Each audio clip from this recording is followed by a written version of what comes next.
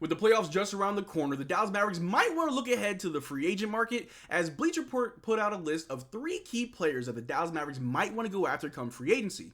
We're going to break down each of those players and see if they're actually a good fit, or maybe we just stay pat and keep the team that we have together right now. But how's it going, everybody? My name is Marcel Martin. This is Mavs Digest, bringing you the latest news on everything Mavericks related.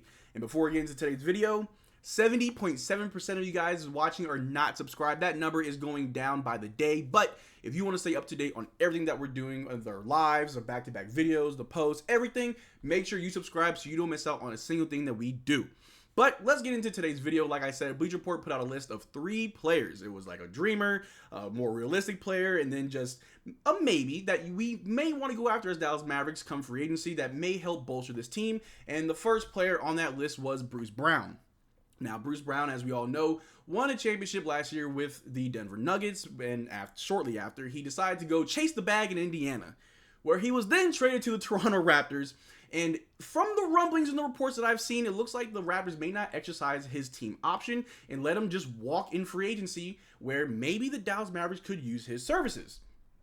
Right here, Bruce Brown, like I said, the team option that the Toronto Raptors will most likely not pursue. He's our dream target. And they go on to say that Bruce Brown's numbers have plummeted in this post-Nikola Jokic season. But we're not far removed from seeing his positional versatility and defensive grit help the Denver Nuggets win a title. And on a team with 2 setup men like Doncic and Irving, Brown's role could be minimized back to the point where it was in Denver. And out of the 3 players that we're going to talk about, Bruce Brown is a player that I really think could work well for this Dallas Mavericks team. I mean, he played with Kyrie in Brooklyn, where, yeah, they lost in the second round to the Milwaukee Bucks, who then went on to win a championship. But Bruce Brown was very integral in that entire series, in that entire playoffs. Arguably, maybe their second or third best player. And then we saw what he did with Denver, being a good ball handler off the bench, a spark plug, play a little bit of 3-and-D while also facilitating playmaking.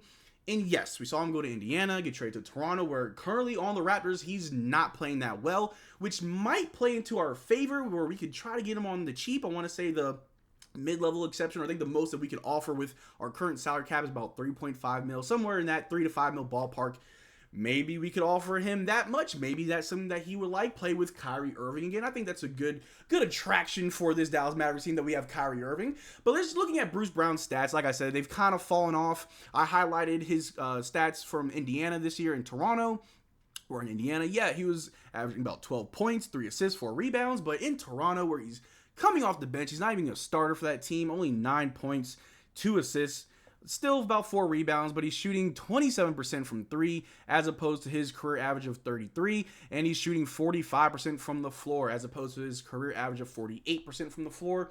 And if you're not familiar with the Toronto Raptors, they're obviously going through a huge rebuild. They traded away Pascal Siakam to the Indiana Pacers for Bruce Brown and a couple other players and picks, and they traded away OG Anunoby to the New York Knicks for RJ Barrett as well as Emmanuel Quickley. So they're obviously a team that is rebuilding, and it was to be believed that the Toronto Raptors were going to actually trade Bruce Brown for a first-round pick to the New York Knicks, do another deal with the Knicks, but that never went through. And as time has gone on, games have gone on, and Bruce Brown is just not in high regard to the Raptors going forward. Like I said, a lot of reports have shown a lot of grumblings that maybe they just don't want him. I think that's a big fumble. If you had a first-round pick for Bruce Brown, why not? You're a team that's going through a rebuild. Maybe you're tanking. You got a couple first-round picks for this upcoming draft. Why do you want to keep Bruce Brown? He just won a championship. It's beyond me. But for this Dallas Mavericks team, I think he would be a good fit. Like I said, he played with Kyrie Irving. He plays the point guard, shooting guard position, so he could come off the bench instead of having Kyrie in the bench mob play. Maybe you have Bruce Brown and Dante lead the bench. I mean, that's just a thought that I think could definitely work. And bringing up Tim Hardaway Jr. in this graphic, I think in ways, maybe not completely, but maybe in ways, Bruce Brown could be a replacement for Tim Hardaway Jr. if we decide to move on from him. In just this season, obviously, Tim Hardaway's played a few more games. He scores more, but Bruce Brown rebounds more, assists more, steals more, blocks more, a better percentage from the floor. Tim has a better percentage from 3, but we know what we're getting with Tim Hardaway Jr., where you're hot and you're cold, you're yes and you're no. He's a little Katy Perry for this Dallas Mavericks squad. And you can make the decision if you think keeping Tim is better than replacing him with Bruce Brown. I'm not saying that we have to just let Tim walk and sign Bruce Brown. Maybe we keep both. I'm not the GM. I'm just breaking it all down for you guys. But I think Bruce Brown could be a good fit for us, like I said. maybe a replacement for Tim Hardaway Jr. if we want to move on from him. Someone who's more consistent, someone who doesn't play above himself, very much so. Bruce Brown plays very well within himself.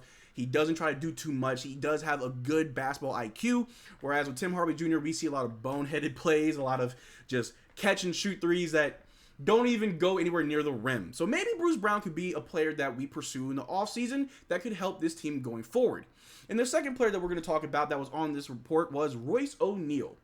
A little bit older compared to Bruce Brown. He's about 30 years old, and he's currently averaging about 28 minutes for the Phoenix Suns, where I don't think he's really going to get that type of run with this Dallas Mavericks team if we pursue him in free agency.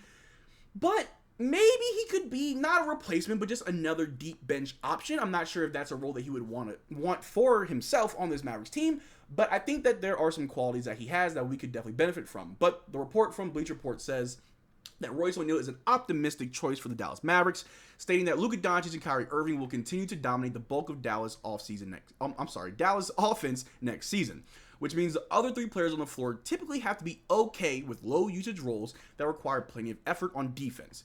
That pretty much defines ONeal's career, and he may be gettable for the exception listed above, which, like I said before, the exception was about $3 to $5 million. If we could get Royce ONeal, who's about a 6'4" small forward, I don't think that there's really a player that we want to replace him with. I'm kind of fine with the players that we currently have that fit that role, but just to have another option of pairing him on the wing with I almost said Dorian Finney-Smith, with a Derrick Jones Jr. or with a PJ Washington, where he plays good defense and he actually shoots the three ball pretty well.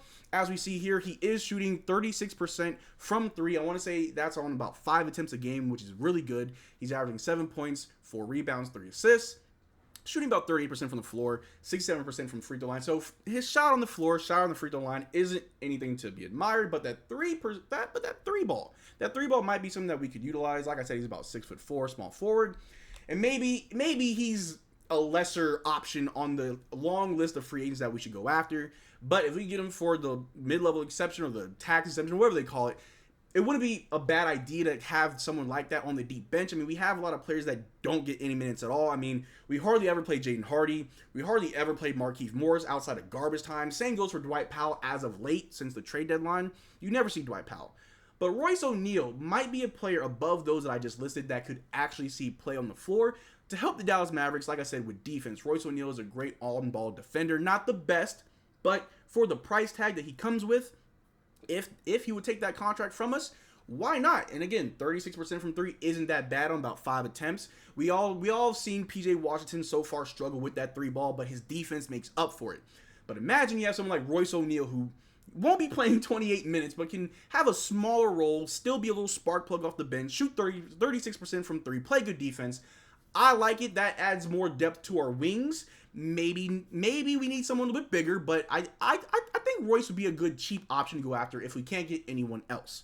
But the last player on this list from Bleacher Report was Cedi Osman, which surprised me when I looked Cedi Osman up. For whatever reason, in my mind, I thought Cedi Osman was like 35 years old. And I can't really explain why. I thought Cedi Osman was with LeBron James when he won a championship. But apparently Cedi Osman's rookie year was the year after the Cleveland Cavaliers won. So Cedi Osman only being about 28, 29 years old, still fairly young, could fit very well with his Dallas Mavericks team. And the report's saying that this is our reasonable get with Cedi Osman, saying Cedi Osman may not be quite the level of defender the Dallas Mavericks could use on the perimeter, but in their cap situation, they could do a lot worse. Osman is 6'7" and 230 pounds, and he's hit 37.4% of his three-point attempts over the last 2 seasons.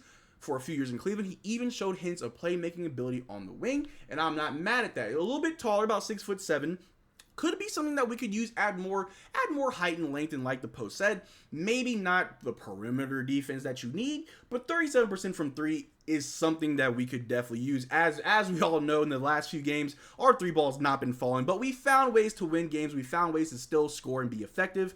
But to try and bolster that three-point shot, I think that's the premise of all three of these players, and Royce ONeal, Bruce Brown, and Cedi Osman, just trying to add more three-point shooting. And I'm not mad at 37%. That's dang near 40%. If you're doing Marcel math, that's pretty much 40%. So Cedi Osman might be a good pick for us, but he's averaging 6 points, 2 rebounds, about 1 assist, shooting 47% from the floor, about 37% from three, 68% from the free throw line. He's a 6'7" small forward. Maybe, just maybe, because we all know how Jason Kidd loves throwing those weird, random, small ball lineups.